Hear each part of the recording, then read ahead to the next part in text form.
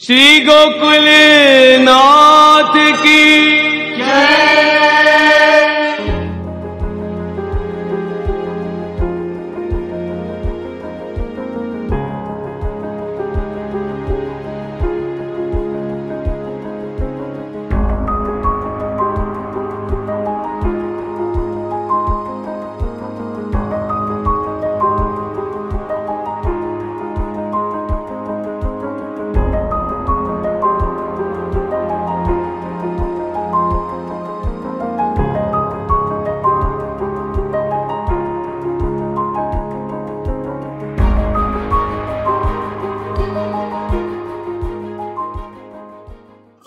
वो बात को अनुसंधान रखते हुए यहाँ पे भी ये जितने प्रत्येक पद है उनको कहीं गंभीर अर्थ है।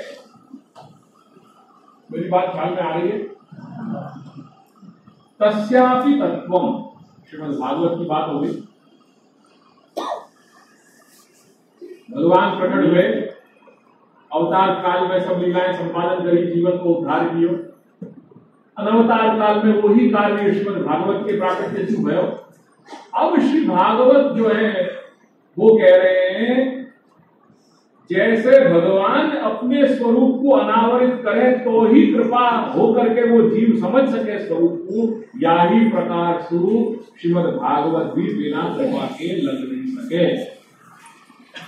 भागवत ऐसी सरल नहीं है कि जहां में हर एक की जो है चोट डूब जाए। सर्वेशाम सुखदायकम है, पर वो सुखदायकम भी कैसे है वाको प्रकार को समझना जरूरी है। कह रहे हैं कि तस्यापि तत्वम येनैव सिद्ध्येत् इति विचार्य ही अग्निश्चकार तत्वार्थ दीपम भागवते महत्। महाप्रभु अपनो ये निबंध करने को जो प्रयोजन है, वो निबंध करने के प्रयोजन को यहाँ के आज को कह रहे हैं कि तस्यापि नाम भागवतस्यापि तत्व। भागवत को भी जो तत्व है वो जा प्रकार से सिद्ध हो सके, इति विचार ही वाको विचार करके अग्नि मतलब कौन? वैश्वानर भगवान श्री महाप्रभु उन्हें चकार कियो। परोक्ष प्रयोग है, चकार चक्रु। तो चकार क्या कियो, उनने क्या प्रकट कियो?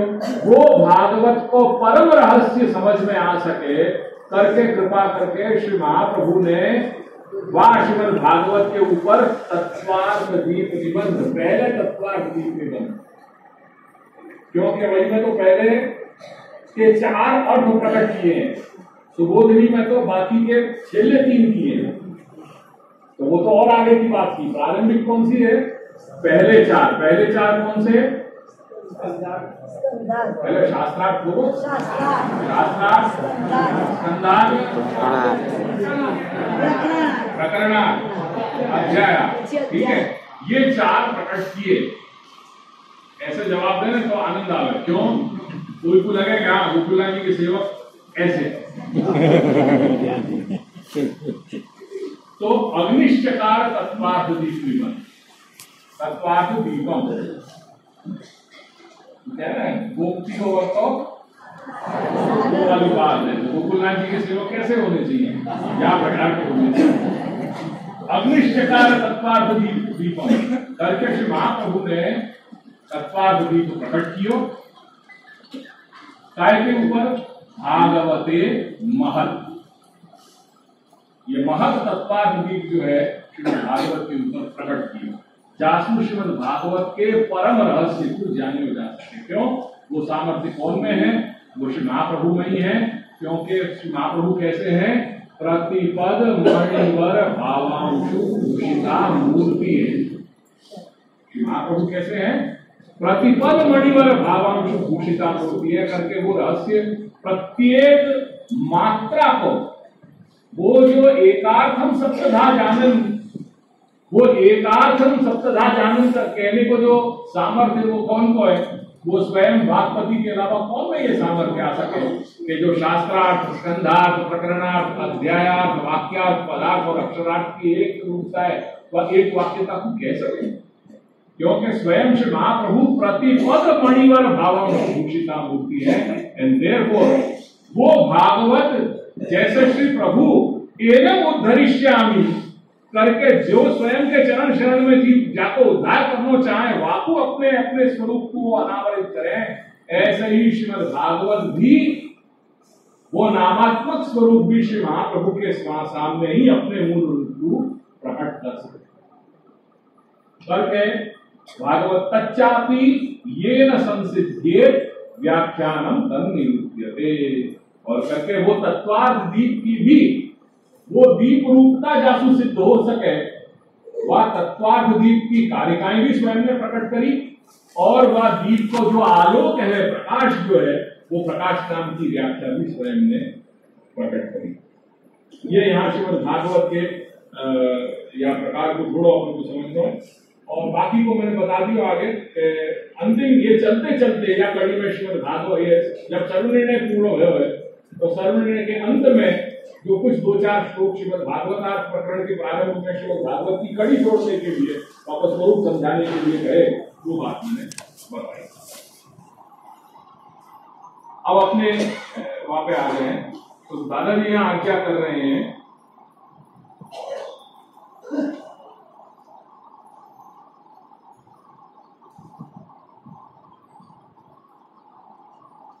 और यह बात को उल्लेख कंठोक्त श्री महाप्रभु ने सुबोधिनी में भी किया। श्री सुबोधिनी के मंगलाचरण में भी स्वयं श्री महाप्रभु आज्ञा कर रहे हैं कि दत्वा आज्ञांच कृपावलोकन पटु यस्मादतो अहम मुदा मूढ़ार्थम प्रकटीकृत करोमि बहुधा व्यासस्य विष्णु प्रिय। करके श्री महाप्रभु भी आज्ञा कर रहे हैं कि दत्वा आज्ञांच कृपावलोकन पटु।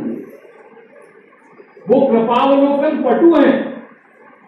कृपा के पात्र कौन है, कृपा कौन पे करनी है कौन पे नहीं करनी है, वहां में पटु है वो करके मैं वो पात्र हूं। एंड देयरफॉर वो कृपावलोकन पटु के कारण वो पटुता जो उनमें रही हुई है, वाके कारण उनने मुंह को चुनियो और मुंह को आज्ञा दी कि तू श्रीमद् भागवत के अर्थों के परम रहस्य को प्रकट कर। और करके फिर श्री सुबोधिनी को प्रारंभ श्री महाप्रभु ने किया। यह बात को उल्लेख स्वयं श्री महाप्रभु उनके मंगलाचरण में सुबोधिनी के प्रारंभ में कर रहे हैं कि दत्वा आज्ञांच, आज्ञान दत्वा कैसे आज्ञा दे रही, क्योंकि वो कृपावलोकन पटु है, ये एक रूप में कृपा ही है उनकी। या बात को आगे यहाँ या ग्रंथ में प्रकट करेंगे कि ये मूल कृपा है, जो भी कार्य सौंप्यो है वो कृपा ही है। महाप्रभु ने पहली आज्ञा को उल्लंघन कर दियो, दूसरी आज्ञा को उल्लंघन कर दियो, तीसरी आज्ञा जब हो रही है वहां में प्रभु ने वाकु भार पूर्वक कहो है और वाकु दादाजी वाको इतना सुंदर वाको पूरा स्वरूप बता रहे, पूरा प्रकार बता रहे हैं। वहां में शब्द है कृपा रूप रोष पूर्वक। वो रोष जो किया है भगवान ने, वो रोष कोई लौकिक कोप नहीं है या प्रकोप नहीं है कि गुस्सा होकर के कह दी कि मैंने 2 आज्ञा कह दी, आपको उल्लंघन करके आप तीसरी आज्ञा भी नहीं मान रहे हो, ऐसा नहीं है। और वो कृपा है। बड़े सुंदर शब्द इसमें कहेंगे, जब आगे अपन चलाएंगे वो शब्द ख्याल में आएंगे। तो कृपावलोकन पटु है करके श्री महाप्रभु को वो ही उनमें श्री महाप्रभु साक्षात वैश्वानर है, वास्तव है और वो ही अर्थ को प्रकट करने में गुरु है, समर्थ है करके उनको ये कार्य ये आज्ञा दी। तो स्व आज्ञान से कृपावलोकन पड़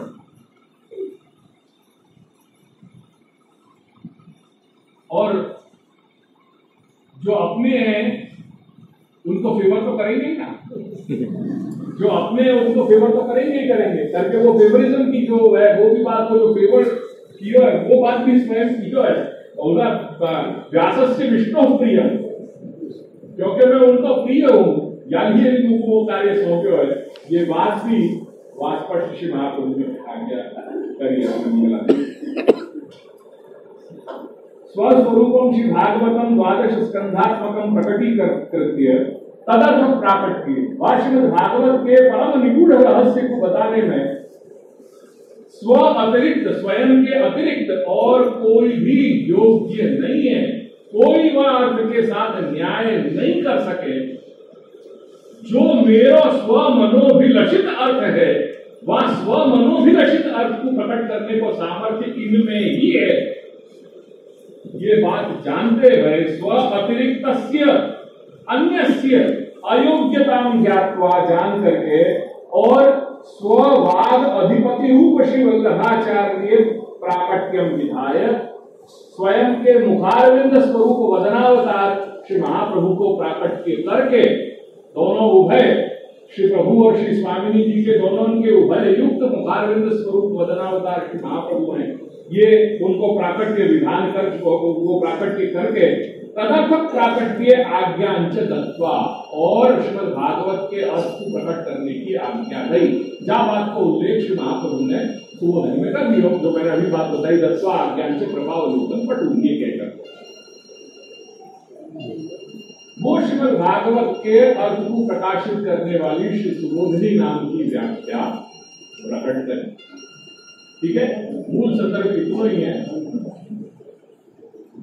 मूल संदर्भ इतना ही है कि श्री भगवान ने श्री महाप्रभु को श्रीमद् भागवत के अर्थ को प्रकाशित करने वाली सुबोधनी नाम की व्याख्या करने की आज्ञा दी।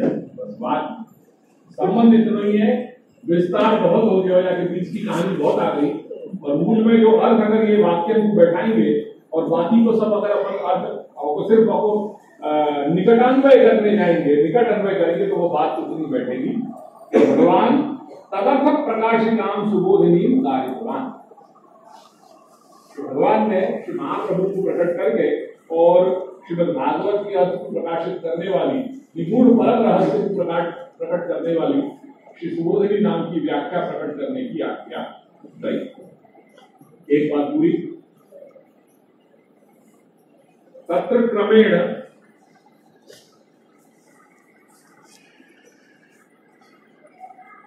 स्कंधत्रयकरणे काल विलंबाद आचार्य विप्रयोग असहिष्णु सन श्री भागवत तत्वार्थ प्रतिपादक दशम स्कंध विवरणार्थम विशेष आज्ञा दत्तवान।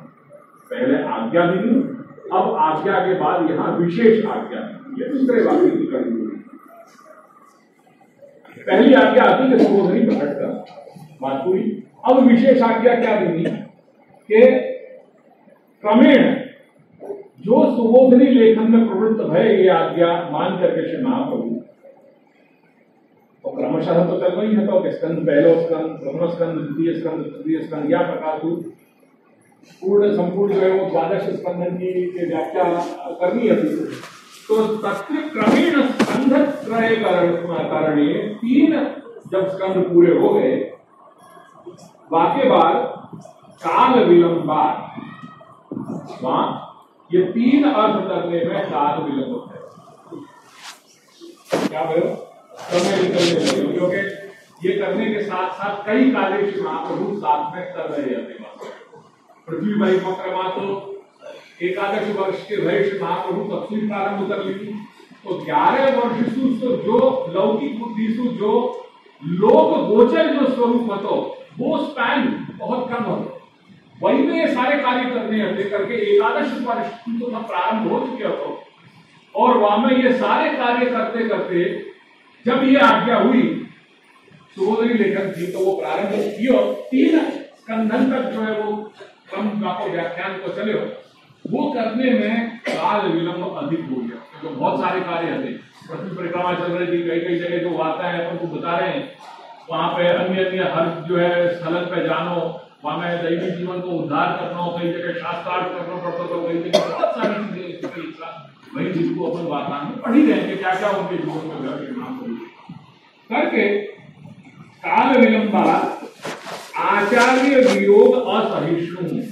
श्री प्रभु श्री महाप्रभु के वियोग को सहन नहीं कर सके अत्यधिक, और उन्होंने ये आज्ञा करी कि अब आप स्वधाम मेरे पास पधार करके वियोग असहिष्णु सन ये आज्ञा करी कि श्री भागवत तत्वार्थ प्रतिपादक दशम स्कंद विवरणार्थम 3 स्कंद हो गए, काल विलंब हो रहे हो, तो ऐसा करते करते अगर स्कंद क्रम को अगर अपन देते तो चौथों, पांचों, छठों में जाने वो सब चलते, वो सब आज्ञा छोड़ करके श्री भगवान ने आज्ञा करी कि ये सब छोड़ दो। तीनों श्रीमद् भागवत को जो हृदय है वो हाथ रूप दशम स्कंद जामे श्री प्रभु की मूल लीला को वर्णन है, वाक्य अर्थ को आप प्रकट करो, बाकी को स्कंध क्रम जो है वो छोड़ दो, क्योंकि ये करने जाओगे तो काल विलंब होएगा। यानी वो विशेष आज्ञा करी के 3 स्कंध तक हो गई है व्याख्या, अब छोड़ो, सीधे दशम स्कंध पे आ जाओ और दशम स्कंध की व्याख्या को पूर्ण करो। ये विशेष आज्ञा नहीं, 2 बात, ठीक है। तो विशेष आज्ञा दत्तवान तदा आचार्य ही स्कंध क्रमम विहाय दशम स्कंध विवृत्ति रेव कृता करके वो आज्ञा को पालन करके श्री महाप्रभु ने स्कंध क्रम छोड़ करके जो 4, 5, 6 जो क्रम चलना चाहिए वो छोड़ करके 3 हो गए, बाकी बात सीधे दशम स्कंध पे आ गए और दशम स्कंध को व्याख्यान बाकी विवृत्ति पूर्ण करें, विवृत्ति रेव कृता तत्समाप्तौ स्वस्य आचार्य मिलन विलंबम ज्ञात्वा तद विलंब असहिष्णु शीघ्रम स्वनिकट आगमनार्थम आज्ञाम दत्तवान। ये कार्य ऐसे तो है नहीं कि बड़ी सरलता से, सहजता से, शीघ्रता से हो जाए। आगे दशम स्कंध तो दशम स्कंध जो मूल श्रीमद् भागवत को आर्ध तो वहां में कहीं ऐसा तो नहीं है कि वहां में ऊपर से आपको व्याख्यान कर दिया जाए और बात पूरी कर दी जाए, ये तो संभव ही नहीं है। तो मूल है तो ये तो करके तत्समाप्त हो, जब ये दशम स्कंद के अर्थ को सुबोधित लेखन समाप्त भयो, वह समाप्ति होते होते पुनः स्वस्य आचार्य मिलन विलंबम ज्ञात्वा, जैसे पूर्व में श्री महाप्रभु को श्री भगवान को ये भाव को प्रकट भयो, उपस्थित भयो और उनको श्री महाप्रभु के मिलन को जो तीव्रता उनको उनके उपस्थित भई, वो यही प्रकार को विलंब अब यहाँ में और विलंब हो रहे और वो विलंब जो है सहन नहीं कर पा रहे करके शीघ्र ही स्वयं पधारने की आज्ञा फिर पुनः श्री भगवान ने करी। स्वनिकट आगमनार्थम आज्ञाम दत्तवान।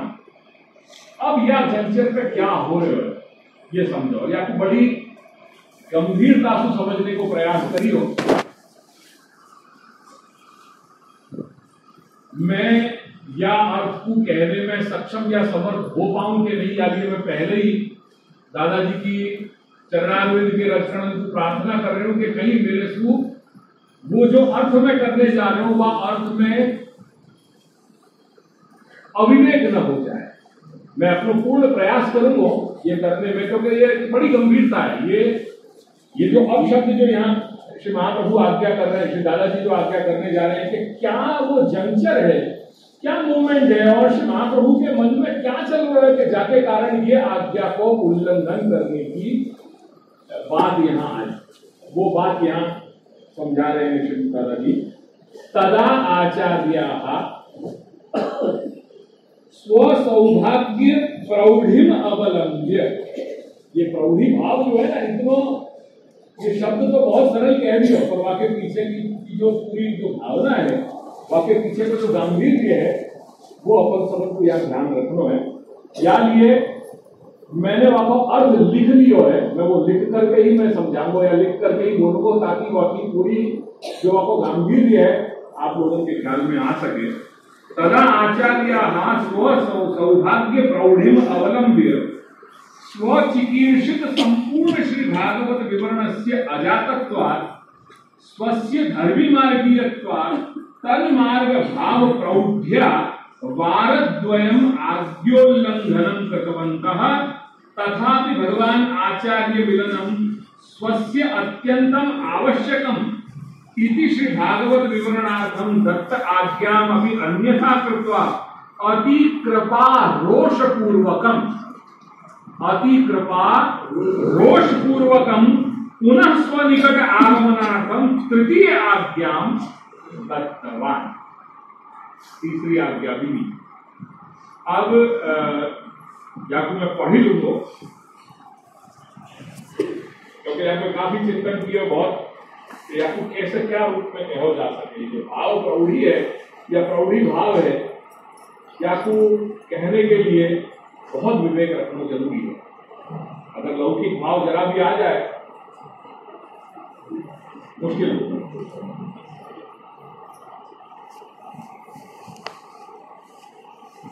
या प्रकार सुबोधिनी लेखन द्वारा श्रीमद् भागवत के 3 स्कंधन के निगूढ़ अर्थ को प्रकाशन संपूर्ण भयो,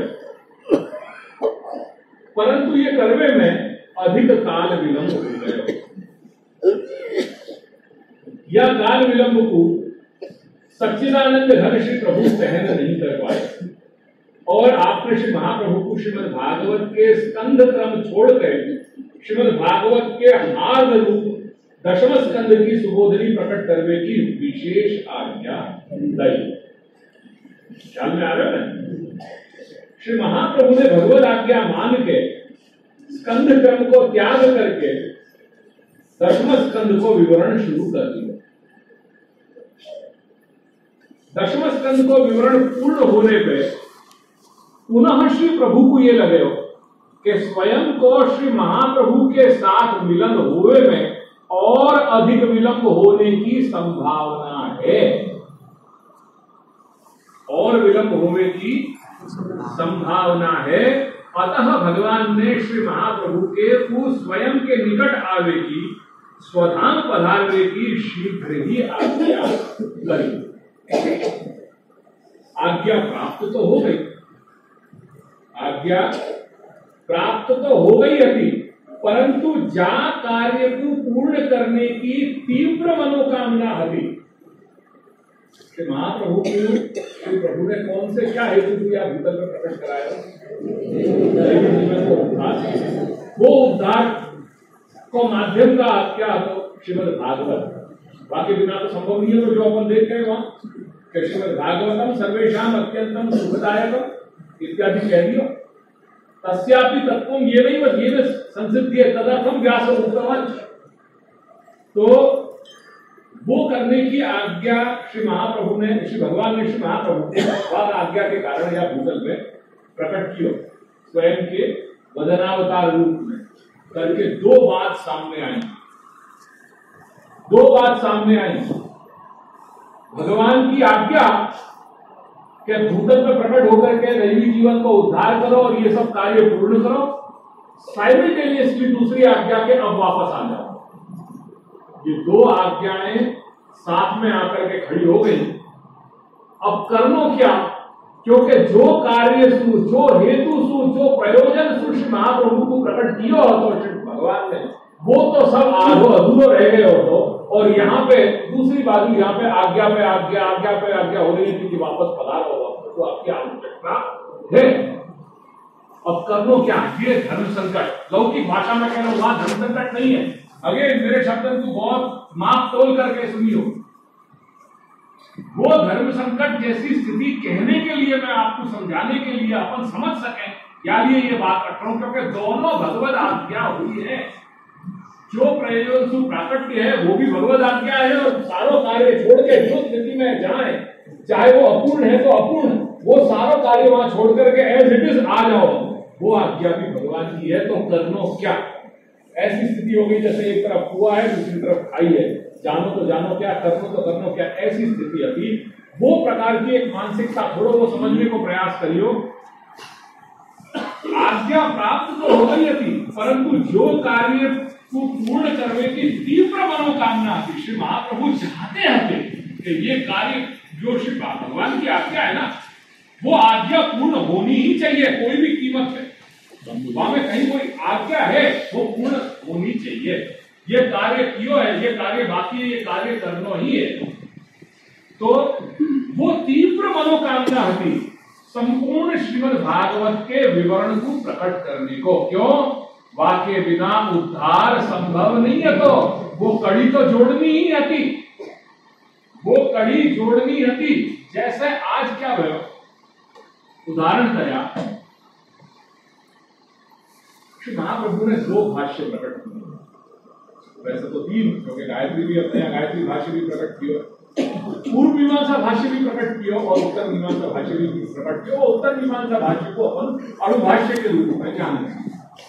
अब क्या बोलो, वेद शास्त्र को देखने की ये 2 आंखें, एक पूर्व मीमांसा और एक उत्तर मीमांसा।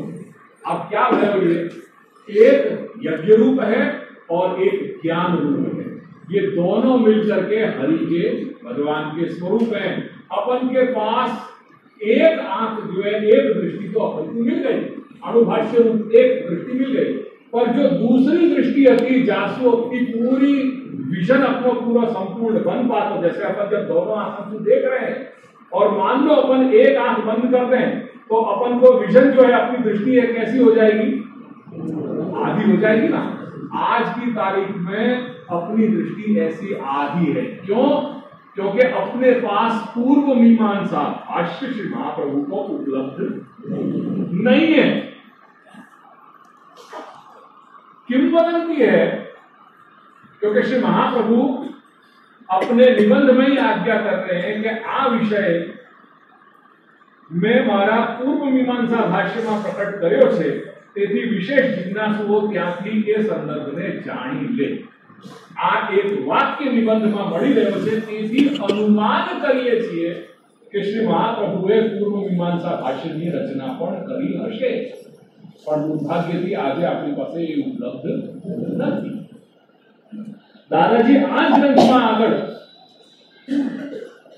सूक्ष्म टीका ની પણ આજ્ઞા કરી રહ્યા છે, પણ દુર્ભાગ્યથી सूक्ष्म टीका જે સંપૂર્ણ શ્રીમદ ભાગવત ઉપર ઉપલબ્ધ હતી, શ્રી મહાપ્રભુએ પ્રકટ કરી, એ પણ આજે આપણી પાસે ઉપલબ્ધ નથી। પુષ્ટિ પ્રવાહ મર્યાદા ગ્રંથ એમાં પણ પુષ્ટિ માર્ગનો પ્રણયનનો સ્વરૂપ વિચાર, મર્યાદા માર્ગનો સ્વરૂપ વિચાર અને પ્રવાહ માર્ગનો સ્વરૂપ વિચાર એ પણ ગ્રંથ અપૂર્ણ છે કરીને આપણી પાસે ફક્ત એક માર્ગનો આપણને સ્વરૂપ વિચાર જોવા મળે છે। એ રીતે ઘણા બધા ગ્રંથો આ કાલક્રમમાં રહી ગયા। તેથી આપણી દૃષ્ટિ કેવી છે અત્યારે? એકાંગી દૃષ્ટિ છે। જો આપણી પાસે પૂર્વ મીમાંસા ભાષ્ય હોત તો જે શ્રી પ્રભુનો જે યજ્ઞાત્મક સ્વરૂપ પૂર્વકાંડમાં નિરૂપિત છે એનો પણ આપણને ખ્યાલ આવી ગયો।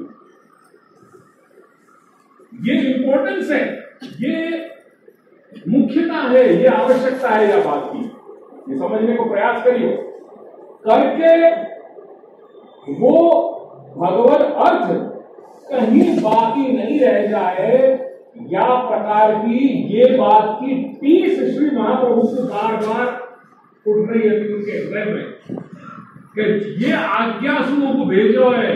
उद्धार तो तभी होएगा जब पूरा एक वाक्यता श्रीमद भागवत की नामात्मक स्वरूप की सिद्ध होए, तो वो उद्धार संभव है करके वो पूर्ण करने की उनको इच्छा आती, तीव्र मनोकामना आती, और यहाँ बारंबार आज्ञा होती चली जा रही थी।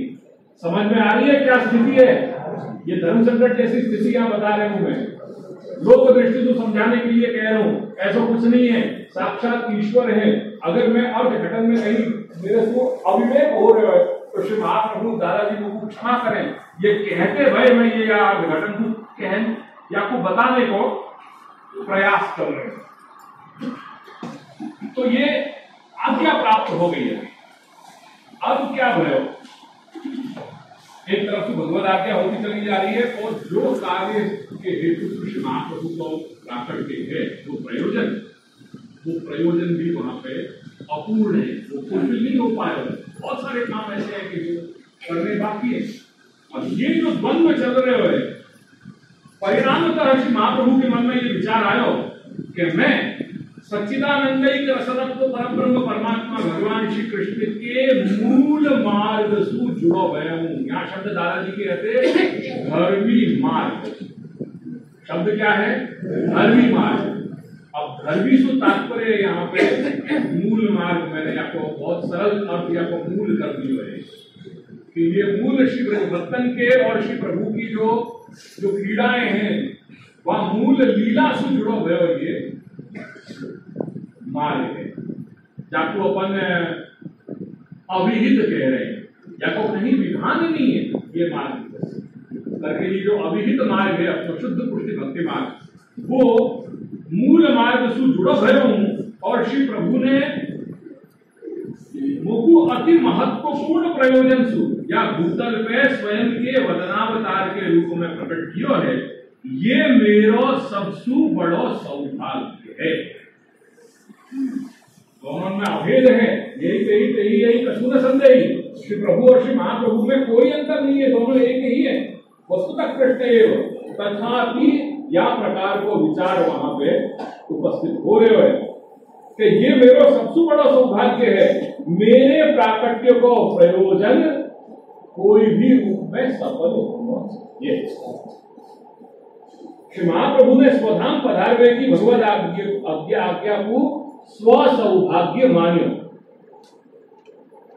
ये परम सौभाग्य की बात है कि स्वयं श्री प्रभु स्वयं इच्छा कर रहे हैं कि आप मेरे पास पधारो। ये भगवद आज्ञा है, ये सौभाग्य नहीं तो और क्या है, सबसे बड़ा सौभाग्य है। नायना आज्ञा करे कि नहीं, वो परम फल के हेतु परम फल रूप अपने यहाँ दो उत्सव अपने यहाँ मनाए जाएंगे जो एक ही कोटि में आ रहे हैं, एक दान और एक रास। ये दान और रास ये एक ही स्वरूपात्मक दो उत्सव है, पर जामे एक की गति कहीं आगे बैठ रही है। वो कौन सा है? वो दान है, क्योंकि वहां स्वयं जो दाता है वो मांग रहे हैं, बाकी मांग रहे हैं। भक्त मांग करे और भगवान आपको दान करे, ये तो सामान्य बात है। यहाँ पे चमत्कृति कहां है? करके रास में वो चमत्कृति नहीं है, क्योंकि भक्त की इच्छा है और भगवान दान कर रहे हैं, ये तो सर्वसाधारण बात है। भक्त तो इच्छा करे ही करे, भगवान आपको दान करे। पर जहां भगवान स्वयं दान बन जाए और भक्त दाता बन जाए, देने वालों बन जाए, वो चमत्कृति है। वो बात दान में घटित भई कि जहां भगवान ने आज्ञा करी, भगवान ने इच्छा करी कि मुझको ये चीज की आवश्यकता है या भगवत रस की, और ये पूर्ण श्री ब्रज स्वामी जी ने जो परम परिवर्तन भक्त है पुण्य है, तो ये कुछ ऐसी बात। ये मेरा सबसे बड़ा सौभाग्य है, मेरे प्राकट्य का प्रयोजन सफल होना चाहिए। श्री महाप्रभु ने स्वधाम पधारवे की भगवद आज्ञा को अपना सौभाग्य मान्यो। अपने सौभाग्य को चरम परमोत्कर्ष जान के स्वामी सेवक संबंध के पारस्परिक अनुग्रह भक्ति रूप उद्रेक की प्रौढ़ी। अब यह प्रौढ़ी को मैं समझाऊंगा या के बाद यहाँ पूरा या विषय को मैं पूरा करूंगा, फिर कल करेंगे अपन। यहाँ जो गंभीरता से अपन को समझने हैं वो दो शब्द समझने हैं, स्व सौभाग्य और प्रौढ़ी। या प्रौढ़ी शब्द का प्रयोग किया है, प्रौढ़ी शब्द को अपन समझ लें पहले। प्रौढ़ी जो है वह पूर्णता, परिपक्वता, वृद्धि, गौरव, आत्मविश्वास, उत्साह, उद्योग। उद्योग मतलब कोई करने के रूप में, कोई कार्य में प्रवृत्त होना, वो उद्योग करना। साहसपूर्ण उक्ति या कथन या रूप में ये प्रौढ़ी शब्द के अनेक अर्थ हैं, और मेरे ख्याल से मैंने उन सारे अर्थों को यहाँ पे समन्वय कर दिया है, जो यदि आप बात को समझ सको तो या को समझने को प्रयास करियो कि ये सारे अर्थन को मिश्रित अर्थ यहाँ पे ये एक शब्द प्रौढ़ी और यहाँ तात्पर्य है। ये प्रौढ़ी शब्द हर रंग को बता रहे हो, ये पूर्णता के रंग को बता रहे हो, ये परिपक्वता के रंग को बता रहे हो, ये वृद्धि के रंग को बता रहे हो, ये गौरव के रंग को बता रहे हो, आत्मविश्वास को बता रहे हो, उत्साह को बता रहे हो, उद्योग को बता रहे हो, साहस को बता रहे हो। और कहीं ये जो सौभाग्य को, जो साहस है, जो आत्मविश्वास है, जो पूर्णता है, ये विचार, ये भाव श्री महाप्रभु के अंतःकरण में प्रकट भय, जाके कारण उनने वो भगवान की दो आज्ञा को उल्लंघन कर दियो, नहीं तो संभव ही नहीं है ये बात। यदि ये भाव की जो ऊष्मता है, जो उद्रेक है, ये अंदर न विषय प्रकट नहीं होता तो ये संभव ही नहीं है तो कि ये भगवद आज्ञा को उल्लंघन हो जाए। भगवत आज्ञा का उल्लंघन होने के कारण यह हुआ कि श्री महाप्रभु के नवशिक स्वरूप में जो भाव की ऊष्मा आती कि मैं भगवत स्वरूप ही हूं और जो कार्य के हेतु से प्रकट किया है वो कार्य कोई भी रूप में पूर्ण होने चाहिए, और वो भगवत आज्ञा का उल्लंघन हो गया उसमें धाम पधारने की, वो करने के पीछे जो भाव की ऊष्मा आती, जो ऊष्मा को अतिरेक आतो, वो उद्रेक अवस्था की पूर्णता आती, बाकी परिपक्वता महसूस करिए, वहां में गौरव महसूस किया है, वहां में साहस महसूस किया है, वहां में आत्मविश्वास महसूस किया है, वो प्रौढ़ी भाव के कारण। और वो कैसा होता? सौभाग्य को होता, वो प्रौढ़ी भाव सौभाग्य को होता। जैसे कई बार स्नेह के अतिरेक के कारण वो परस्पर जो द्वैत है वो जब अद्वैत बन जाए और कोई एक पात्र वो दूसरे पात्र के अस्तित्व को स्वीकार किए बिना ऑन हिज और हर बिहाफ जब कह दे कि मैंने कह दिया है ना, यानी बाकी आवश्यकता नहीं है, ऑन हिज और हर बिहाफ मैं ये बात कह रही हूं।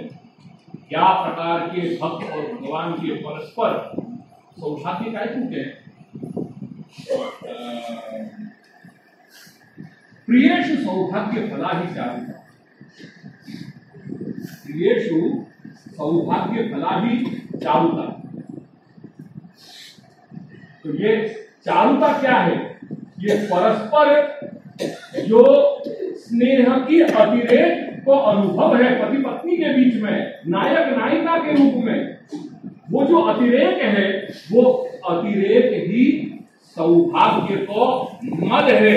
वो मदोन्मत्तता जो है वो परस्पर, बाकी जो प्रौढ़ी है वह प्रौढ़ी के कारण Shri Mahaprabhu eight one juncture, वो क्षमा करें कहीं अविवेक न हो जाए, श्री महाप्रभु एक मोमेंट पे ये फील कर रहे हैं, वो एक ही भाव के कारण ओवररूल किया जा सके। समझने को प्रयास करियो। मेरे पास कोई शब्द नहीं है जो अगर मैं शब्द मैं नहीं समझा पा रहा हूं या क्योंकि अविवेक हो जाए मेरे से, पर कहीं वो जंक्चर पे वो जो साहस, पूर्णता, परिपक्वता, गौरव, आत्मविश्वास, उत्साह जो वास्तव में प्रकट भयो है, वो साहस के कारण ये हो गया। भगवत आज्ञा भाई है, कोई बात नहीं, पहले ये कार्य पूर्ण कर लूं फिर बाद में बाकी की बात देखी जाएगी करके वही उपस्थित वो जब वो तरंगे जब महसूस करिए करके प्रथम आज्ञा का उल्लंघन हो गया, वो तरंगे जब महसूस करिए तब द्वितीय आज्ञा का उल्लंघन हो गया, तब जब तीसरी आज्ञा में रोष कहीं दिखाई गयो, वो रोष भी कृपा पूर्वक हतो, वो कृपा को ही एक स्वरूप हतो करके सितारा जी ने यहाँ शब्द जो है इन शब्दों को यहाँ कहो है।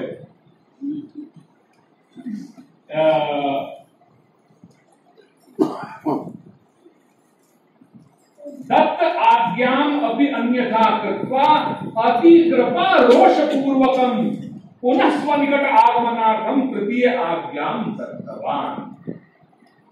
रोष पूर्वक जो तृतीय आज्ञा आती वहां श्री महाप्रभु को एट दैट जंक्शन थोड़ा लगे हो कि नहीं ही इज सीरियस। समझाने को प्रयास कर रहे हो, मेरे शब्दन पे मत जाइयो, मेरे भाव को समझने को प्रयास करियो। ये मोमेंट जब श्री महाप्रभु को फील भयो है तब सारी बात छोड़ करके पश्चाताप करो कि अरे ये क्या कर बैठे हो। एकदम एक कोई मोमेंट पे जब अपन को एहसास हो है लौकिक में एक प्रकार की शून्यता आ जाए अपने अंतःकरण में, अपने पूरे कलेवर में, अपना जो गात्र है वो शिथिल हो जाए, एक प्रकार की शिथिलता आ जाए, शून्यता आ जाए कि क्या हो गया, क्या कर गए हमें, स्तब्धता आ जाए, बिल्कुल गाड़ी चलती हो एक अचानक बिल्कुल फुल स्टॉप आ गया हो, विचार में हो जाए अपन ये क्या हो गया। ऐसी कुछ बात जब आई तो सारी चीज पे पूर्ण विराम लगा करके और सोचने लगे कि ये कुछ अनुचित करके अपने अंतःकरण को आरूढ़ किया और अपने अंतःकरण को साक्षी बनाया कि हे अंतःकरण मन वाक्यम सावधानतया सुनो। ये तू क्या करने बैठ गया भाई? क्या हो गया ये को? सुन मेरी बातन तू जरा सावधानता से सुन। कृष्णात् परम नास्ति दैवम वस्तुतो दोषवर्जितम्।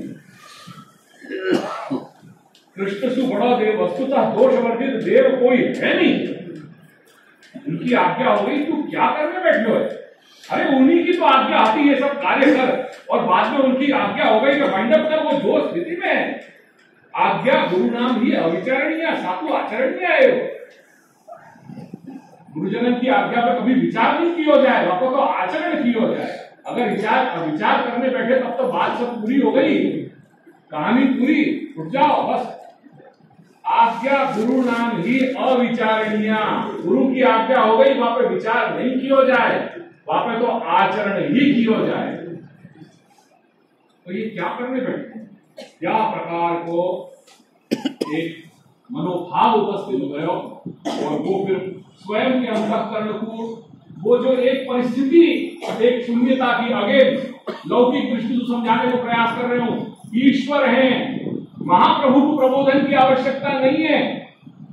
अपन को समझा रहे हैं या विश्व कि अपने जीवन में जब जब ऐसी कभी परिस्थिति आ जाए और अपन ऐसे एक मुकाम पे आकर के, कोई जिंदगी के एक पड़ाव पे आकर के अपन बिल्कुल शून्यता अनुभव करें, कहीं अपने जीवन की गति रुक जाती हो, तो वहां ये अंतःकरण को प्रबोधन प्रत्येक जीव को कर लेना चाहिए। हे अंतःकरण मन वाक्य सावधान गया, ये सबसे बड़ी ताकत है। या से बड़ा कोई ऑटो सजेशन नहीं है।